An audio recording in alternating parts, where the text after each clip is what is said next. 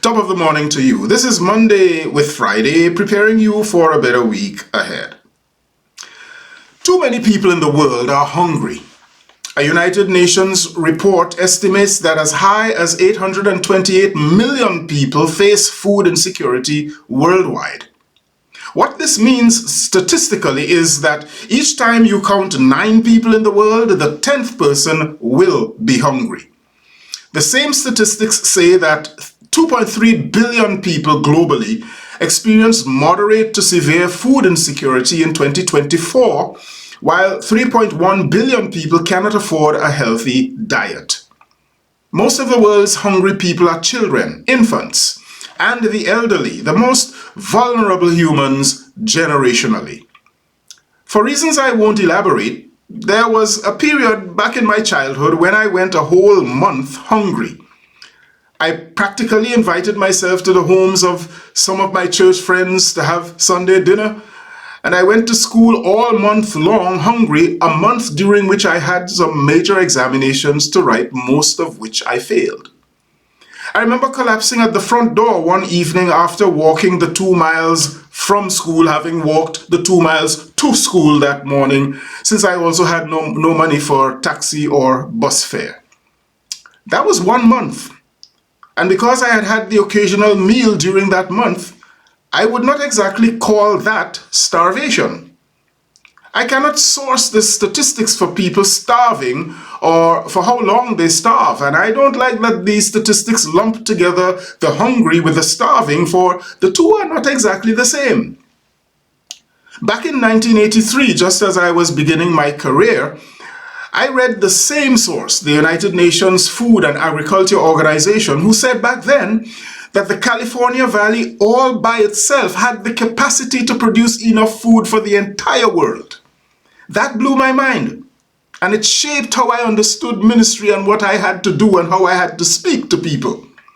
Fewer than 10 years before that, my mind was blown even more when, in a geography class or a commerce class, I cannot remember which, for it was the same teacher, I learned about the economic measure called dumping when there was a glut of food or produce on the market. My teen mind could not understand why the rich corporations of the world could not find a way to get that surplus to the hungry worldwide. Even if their excuse then, the American ones that is, was that they were suffering under a 70% corporate tax rate, nothing has changed since Ronald Reagan's gift to them reduced that to 29%. Wait, correction. Something did change. They all became greedier and the more callous toward the poor and the hungry.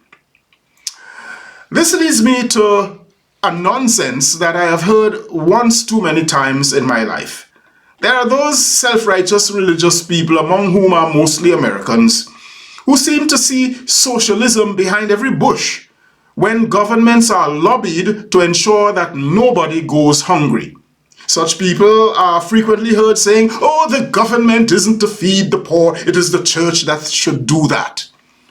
I wonder which churches these people attend that make them think that even the American church, which is no monolith by the way, is populated by only rich people.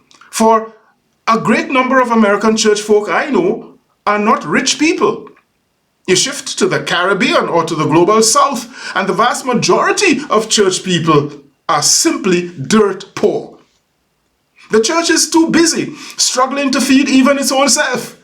It cannot feed the masses within itself, let alone by itself feed people who are poor beyond itself.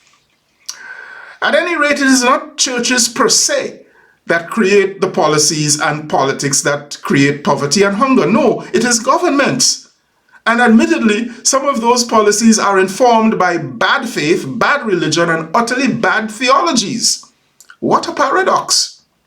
So all I'm trying to say is that if governments create poverty, then it is governments who ought to alleviate poverty and hunger. Of course, hunger is not caused only by political and governmental policies. It is often the result of droughts, floods, insect and disease infestation upon crops, and of course, natural disasters, typhoons, hurricanes, tornadoes, and massive fires ignited sometimes by careless people or arsonists or by natural ignition. Right now, hundreds of thousands of Jamaicans are hungry. They lost everything during the onslaught of Hurricane Melissa. Many were already hungry due to Jamaica's wide gap between the rich and poor. Hunger is understandable if from a hurricane or natural disaster.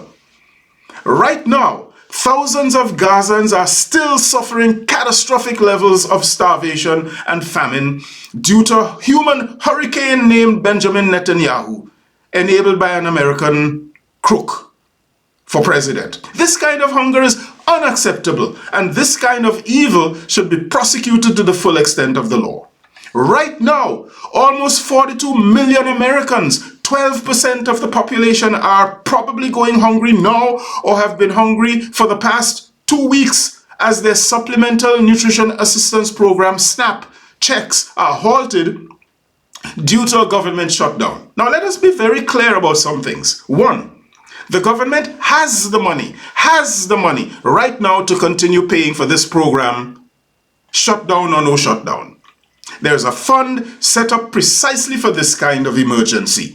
And the president, a cruel crook, refuses to release it to poor people. A cruel crook, a billionaire, does the iniquity of withholding food from people. Number two, the people whose decisions have directly caused this are among America's richest people. One is a criminal and a billionaire, and these people are still collecting salaries, and the criminal is hosting lavish parties and building gaudy monuments while his subjects starve. Three, people on SNAP are not lazy, unemployed people who should or could be working. No, they are not only black or colored people. No, they are not only unemployed people. No, and they are not illegal immigrants.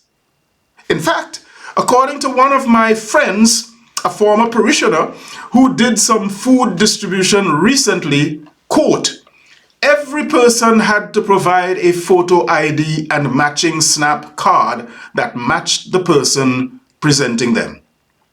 People on SNAP are young mothers, pregnant moms, single parents, parents of children with special needs, adults with disabilities, grandparents raising their children's families, elders who can barely survive with social security benefits, people who are trying to get on their feet after job losses, medical catastrophes, addictions, domestic violence, and deaths, and people who do meaningful work we depend on every day. School bus drivers, paramedics, childcare workers, livery drivers for special needs kids, and elder caretakers, unquote. Thank you, Lacey Kastner. I read your Facebook posts.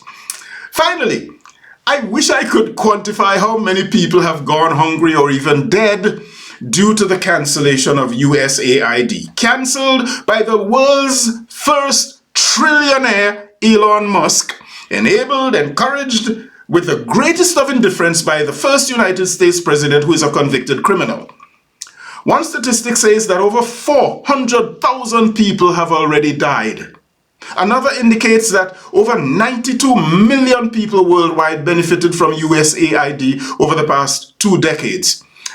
And we can therefore draw our own conclusion about the magnitude of people now starving or dead due to Elon Musk and the felonious Humpty Dumpty, 2 wealthy and wicked men. May their wickedness catch up with them, and soon. And may hunger come to an end in our lifetime. May it so be, oh God. Please share this video with someone. I am Michael Friday, and your week just got better. I'll see you again soon. Happy Monday, all the way to Friday.